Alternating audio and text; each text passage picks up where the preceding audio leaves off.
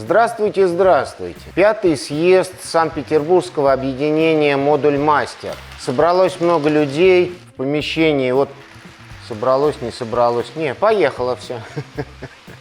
Большое событие для Санкт-Петербурга. Снова огромный модульный макет. И сегодня нам предстоит разобраться, что это за люди, зачем такие макеты строят, в чем фишка всего этого.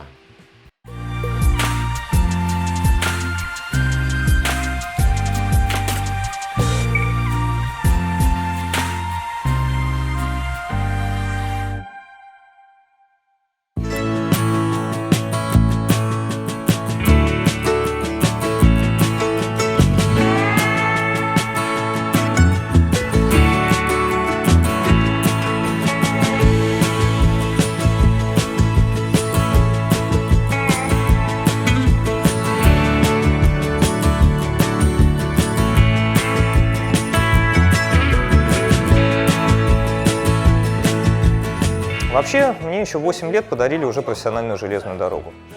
Ну, скажем так, игрался я в нее, даже были мечты расширить ее, вот, она действительно была немножко расширена, но в настоящее время она у меня на даче лежит. Именно та самая первая железная дорога модельная.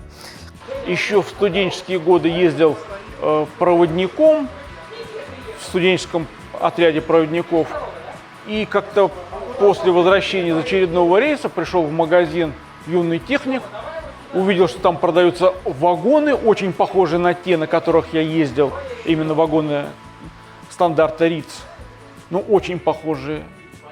И я как-то, я не знаю, что это, как это назвать, на таком порыве, купил сразу же целый состав, и вот с этого момента я себя почувствовал настоящим моделистом.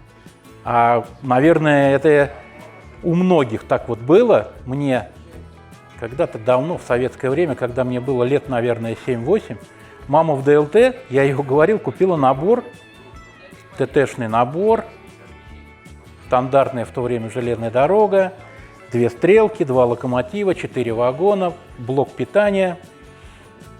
Даже помню, стоил, по-моему, 25 рублей он тогда, что-то вот где-то так. Вот, я ее долго упрашивал, она мне купила, я это все дома собрал, и все, я попал тогда. Я думаю, это из семьи, из воспитания, из образования и где-то из глубины души, когда всплывают вот детские воспоминания. На своем примере могу сказать, что для меня железная дорога – это лето, это поездка на море. И даже если я вот зимой стою на железной дороге, грохот колес, там пролетающий поезд, для меня это все равно долесекундный, но флешбэк в сторону лета, в сторону вот этих теплых, приятных ощущений. Ну вот это же взрослые люди, я так понимаю. Откуда этот интерес? Почему вдруг?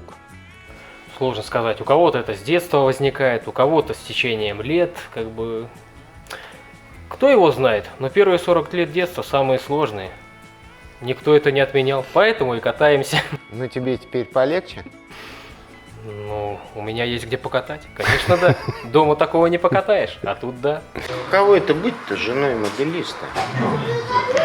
На самом деле это просто, я понимаю, что увлечение, и оно действительно интересное, потому что это погружает. Человек может отдыхать и расслабляться после рабочего дня, и также, ну, это просто на самом деле мир игры, это огромный мир сказки какой-то, фантазии. Дома есть место, ну, кладовочки небольшой такой верстачок, вот. Я там отработал все, там, потому что жизнь такая у нас нынче беспокойная, а там я зашел, все забыл, сделал, ну, это настроение, я работаю не за деньги там, вот. И вот для этого, для души это надо, для души, Леонид Михайлович.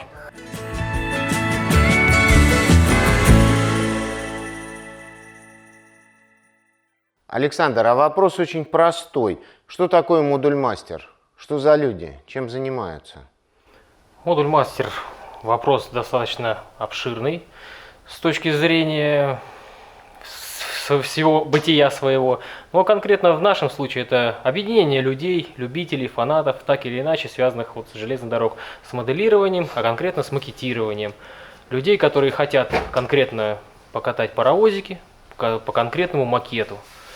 Соответственно, эти люди объединены в этот кружочек, если так можно назвать. И названо оно «Модуль Мастер». И мы катаемся. Мы собираем макет, уже 5-й по счету. И все довольны, что все катаемся.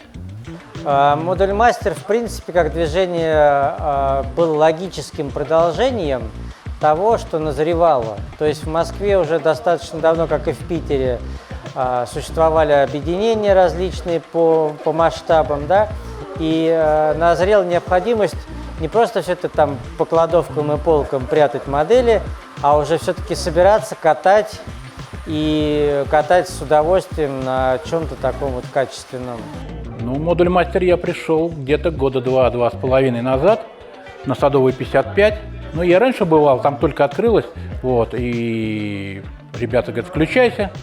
Раньше я делал только модели подвижного состава локомотивов, вот, но надо было делать модуль, и как бы я тоже решил попробовать сделать модуль один. Первый раз в своей жизни, там 50 лет, вот. И мы решили с Сашей Щегловым, небезызвестным, сделать большую станцию. На данный момент она самая большая в ТТ в России. 10 путей. Здесь у всех общие проблемы, но каждый решает ее по-своему. А когда люди собираются, мы просто между собой можем решить, кто решил эту проблему лучше других. Разработка в данном случае это исключительно коллективный разум, основанный на опыте коллег из-за рубежа, в том числе непосредственно это нормы ФКТТ, немецкие нормы, адаптированные к нашим потребностям, к нашим реалиям того, что нужно было вот на момент, когда все это зарождалось. Для того, чтобы создать максимально похожую станцию, нужно много места. А не у всех в квартире, квартиры-то у нас маленькие, и не каждый может себе позволить создать в квартире у себя такую большую станцию. Здесь же получается, что каждый создает какой-то отдельный элемент, и вот когда люди собираются, они могут создать большой макет из отдельных частей. А модуль почему? Модуль потому что это как бы вот единственная вещь, которая дает рост. То есть соединять просто где-нибудь рельсы – это не дело. Должен быть модуль и с универсальными торцами, можно строить больше, любые конструкции внедрять. В чем суть заключается? То есть есть какой-то общий чертеж, насколько я понимаю. Общий чертеж это упирается только по сути в боковину, в торец, во фланец этот он называется. А дальше, ну, длина тоже стандартизирована, 60, 900, 120. Но никто не мешает сделать какой-то, скажем так, свой проект. Но он все равно должен быть кратен, чтобы потом, иначе мы не сможем соединиться с другими. То есть, условно говоря, 1,20 м и так далее, чтобы было 2,40 ну, и по нарастающей.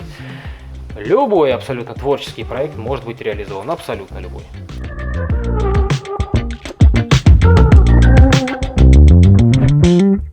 Да, вопрос очень простой. А зачем? Тебе это зачем? Мне? Я здесь отдыхаю, я там отдыхаю, я общаюсь с людьми. Во-первых, они все мне нравятся, люди как бы эти все. Действительно очень. Все разные, все работают кто где. Тут, по-моему, 1 или 2 человека. 2 человека только работают реально на железной дороге. Остальные вообще разные профессии. Нам интересно встречаться, общаться. Я расскажу на своем примере. У меня 3 курса образования ГИТИСа, актерского мастерства. Я не имею отношения никакого ни к слесарному, ни столярному, ни к какому делу. И напильником я работать тоже никогда не умел и не умею. Но моя любовь и отношение к этому моделизму, она просто заставила меня, да, что-то сделать. Я сделаю какой-нибудь... Если я понимаю, что я не могу покрасить локомотив, я найду, кто его покрасит. Но окошки или что-то там пропилить, сделать, достать, продумать, как там ходовка будет или что-то, я уже научился этим думать. Поэтому у меня нету никакого профильного образования, я совсем из другой структуры, так это назовем. Но постепенно, степ-бай-степ, я этому учился. Мы точно так же собираем, в частности, вот, к примеру, дальний модуль там Антона Молостова, собираем все вместе. Человек, это его первый опыт действительно. Что он может, он делает сам. Что не может, мы помогаем, да объясняем. Никаких проблем абсолютно нету в этом. Никто ни в чем никому не откажет. Сделать паровоз только нарисован.